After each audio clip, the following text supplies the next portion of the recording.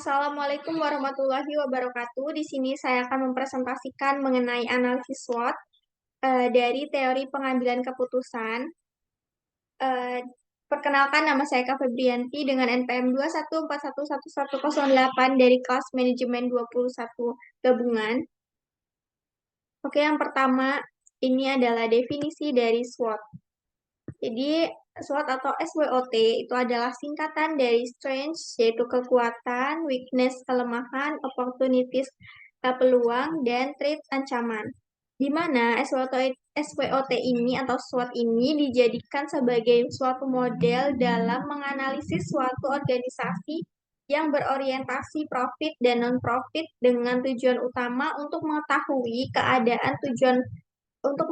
keadaan organisasi tersebut secara komprehensif. Kemudian, ini analisis SWOT dan manajemen pengambilan keputusan.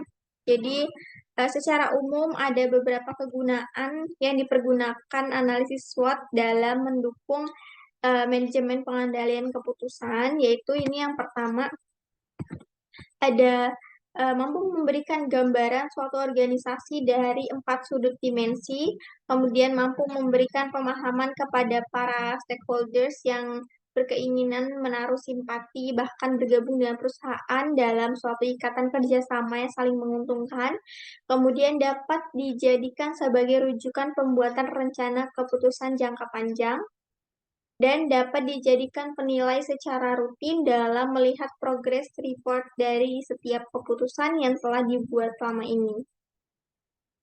Kemudian yang selanjutnya ini ada tujuan penerapan SWOT di perusahaan. Jadi penerapan SWOT pada suatu perusahaan itu bertujuan untuk memberikan suatu panduan agar perusahaan menjadi lebih fokus sehingga dengan penetapan analisis SWOT itu nantinya dapat dijadikan sebagai bandingan pikir dari berbagai sudut pandang.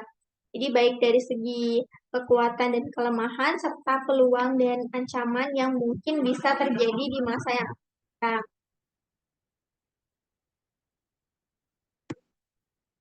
Nah, ini salah satu, dan ini SWOT-nya itu ada strength, apa yang menjadi kekuatan dalam perusahaan, kemudian weakness-nya itu apa yang kurang optimal dari perusahaan, opportunities-nya itu apa tujuan ke depannya, apakah tuntutannya berubah, bagaimana cara memperbaikinya. Kemudian threat yaitu hambatan. Jadi apa saja hambatan yang akan dihadapi, apa saja faktor di luar dari kendali perusahaan.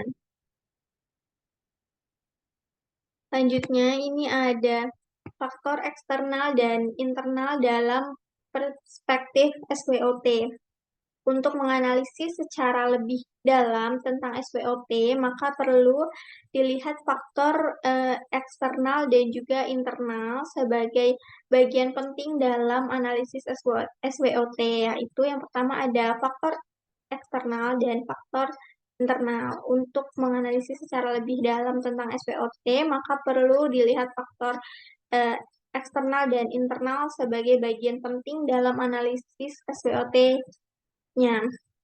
Jadi ini yang pertama ada faktor eksternal. Jadi faktor eksternal ini mempengaruhi terbentuknya opportunities dan threat, di mana faktor ini menyangkut dengan kondisi-kondisi yang terjadi di luar perusahaan yang mempengaruhi dalam pembuatan keputusan perusahaan.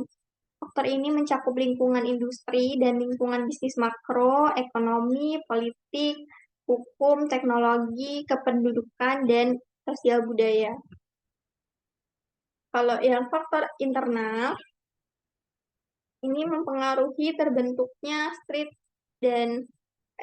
dan weakness, di mana faktor ini menyangkut dengan kondisi-kondisi yang terjadi di dalam perusahaan yang mempengaruhi dan dalam pembuatan keputusan perusahaan. Faktor ini mencakup semua macam manajemen fungsional, pemasaran, keuangan, operasi, sumber daya manusia, dan lain-lain. Segitu saja yang dapat saya sampaikan. Terima kasih. Wassalamualaikum warahmatullahi wabarakatuh.